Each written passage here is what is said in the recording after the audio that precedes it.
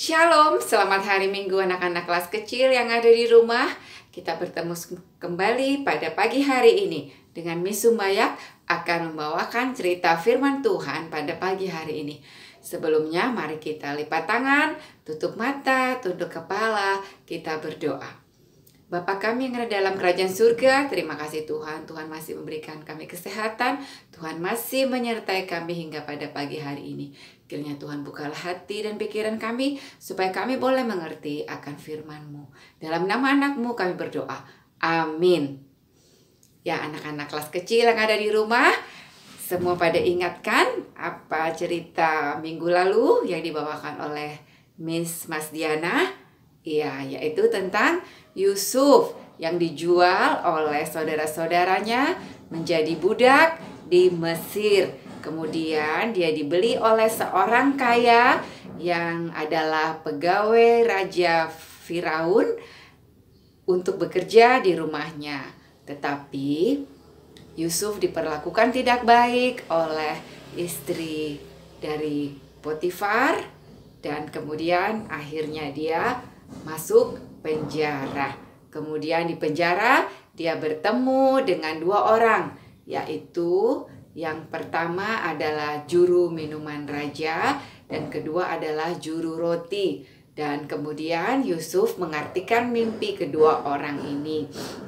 Kemudian juru minuman raja setelah diartikan mimpinya, dia kembali bekerja menjadi juru minuman raja. Tetapi Yusuf berpesan, ingatlah aku kalau kau sudah kembali bekerja kepada raja. Dan dia mengartikan mimpi tukang roti sehingga tukang juru roti tadi meninggal karena dihukum. Tetapi apa yang terjadi anak-anak? Si juru minuman raja setelah keluar, dia tidak ingat kepada Yusuf. Dia lupa, dia bekerja seperti biasa. Anak-anak, sekarang kita melanjutkan ceritanya, yaitu yang berjudul Yusuf sebagai wakil Firaun. Diambil dari Kejadian 41 ayat 1 sampai dengan ayat 52.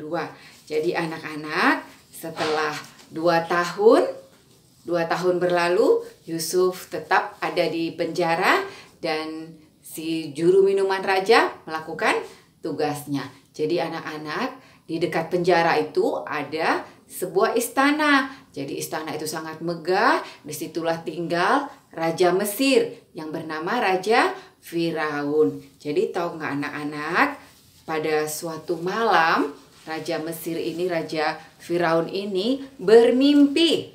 Dia pada suatu malam bermimpi. Apa mimpinya? Dia bermimpi begini. Ada sungai Nil, tetapi dari sungai Nil itu keluar 7 ekor lembu yang gemuk-gemuk. Kemudian lembu yang gemuk-gemuk itu memakan rumput di tepi sungai itu. Kemudian keluar lagi 7 ekor lembu yang kurus. 7 ekor lembu yang kurus. Inilah dia anak-anak ya. Yang di atas ini adalah lembu yang gemuk. Kemudian yang di bawah ini adalah lembu yang kurus. Tapi anehnya 7 ekor lembu yang kurus ini menelan lembu yang gemuk-gemuk itu. Ditelan mereka. Tetapi tidak menjadi gemuk mereka walaupun sudah memakan lembu yang gemuk itu. Tetap saja mereka kurus. Kemudian terbangunlah raja. Dia bingung. Apalah arti mimpiku ini? Kemudian dia tertidur kembali. Akhirnya setelah dia tertidur, dia bermimpi lagi anak-anak. Apa mimpinya yang kedua? Dia bermimpi ada 7 bulir gandum yang gemuk. 7 bulir gandum yang gemuk. Kemudian ada 7 bulir gandum yang kurus. Inilah dia. 7 bulir gandum yang gemuk dan 7 bulir gandum yang kurus. 7 bulir gandum yang... Nah, kemudian anak-anak, termenunglah raja sambil berpikir. Satupun tidak ada yang bisa mengartikan mimpiku. Dia terduduk. Jadi susah kan? Nah, si juru minuman raja setelah menghidangkan minuman melihatnya. Loh, kenapa tuanku raja termenung? Kemudian rajanya menceritakan. Nah, disitulah teringat juru minuman raja. Dia bilang, ada waktu di penjara tuanku, seorang Kanaan bernama Yusuf. Waktu itu aku pun bermimpi. Dan dia mengartikan mimpiku. Aku rasa mungkin dia bisa mengartikan mimpi raja. Kemudian ditugaskanlah pegawainya untuk menjemput Yusuf dari penjara sehingga menghadap kepada Raja Firaun. Datanglah Yusuf, kemudian dia menghormat kepada raja. Tetapi raja berkata, tolonglah artikan apa arti mimpiku ini. Diceritakanlah oleh raja arti mimpinya.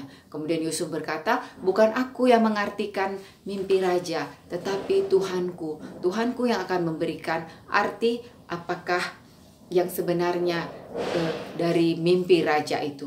Kemudian Yusuf berkata, 7 ekor lembu yang gemuk itu dan 7 bulir gandum yang gemuk-gemuk itu artinya akan ada 7 tahun kelimpahan di negeri Mesir. Di situ akan banyak sekali kelimpahan gandum, makanan, dan setelah itu akan ada 7 tahun lagi kelaparan. Itulah yang diartikan dengan 7 ekor lembu yang kurus tadi dan 7 bulir gandum yang kurus tadi. Nah, setelah 7 tahun kelimpahan akan ada 7 tahun kelaparan. Jadi Yusuf berkata, kalau boleh tuanku, aku memberikan saran, tuanku harus mengangkat seseorang untuk dapat menjadi pegawai yang mengatur, yang bijaksana, sehingga pada waktu kelimpahan dia bisa membangun lumba. Dan anak-anak raja tadi, Raja Firaun, membuka cincinnya dan memberikannya kepada Yusuf. Memberikannya dia juga jubah, ya, karena si Yusuf tadi sudah diangkat menjadi wakil Raja Firaun. Kemudian si Yusuf tadi dibawa berkeliling negeri dan semua orang menghormat kepadanya. Itulah anak-anak, ya, upah dari Yusuf yang tetap dengar-dengaran kepada Tuhan, tetap percaya kepada Tuhan, dan tetap yakin walaupun dia di dalam penjara, dia difitnah oleh istri Potifar, tetapi dia tetap yakin bahwa Tuhan akan membukakan jalan kepadanya. Tuhan akan memberikan yang terbaik kepada Yusuf. Akhirnya Yusuf menikah dengan putri Raja Firaun dan mempunyai 2 orang anak bernama Efraim dan Manasye. Itulah ceritanya anak-anak, ya. Semua anak-anak mau seperti Yusuf kan? Menjadi orang yang baik, yang tetap percaya kepada Tuhan. Jadi walaupun dalam susah, walaupun dalam senang, kita harus tetap percaya kepada Tuhan dan yakin bahwa Tuhan akan membukakan jalan yang terbaik, mempunyai rencana yang terbaik dalam kehidupan kita. Jadi anak-anak tetap berdoa, ya, berdoa kepada Tuhan. Kalau dalam keadaan apapun anak-anak, dalam kesulitan apapun, supaya Tuhan tetap menolong anak-anak dalam kehidupan ini. Jadi ayat hafalannya jangan lupa nanti dikirimkan, ya. Roma 8 ayat yang ke-28. Allah turut bekerja dalam segala sesuatu untuk mendatangkan kebaikan bagi mereka yang mengasihi Dia. Allah turut bekerja dalam segala sesuatu untuk mendatangkan kebaikan bagi mereka yang mengasihi Dia. Lipat tangan, tutup mata, kita berdoa. Terima kasih Tuhan, kami sudah mendengarkan cerita. Kiranya Tuhan ajarlah kami supaya kami boleh menjadi orang yang sabar seperti Yusuf. Dan kami yakin Tuhan akan membukakan jalan kepada kami dalam segala persoalan kehidupan kami. Dalam nama anak-Mu kami berdoa. Amin.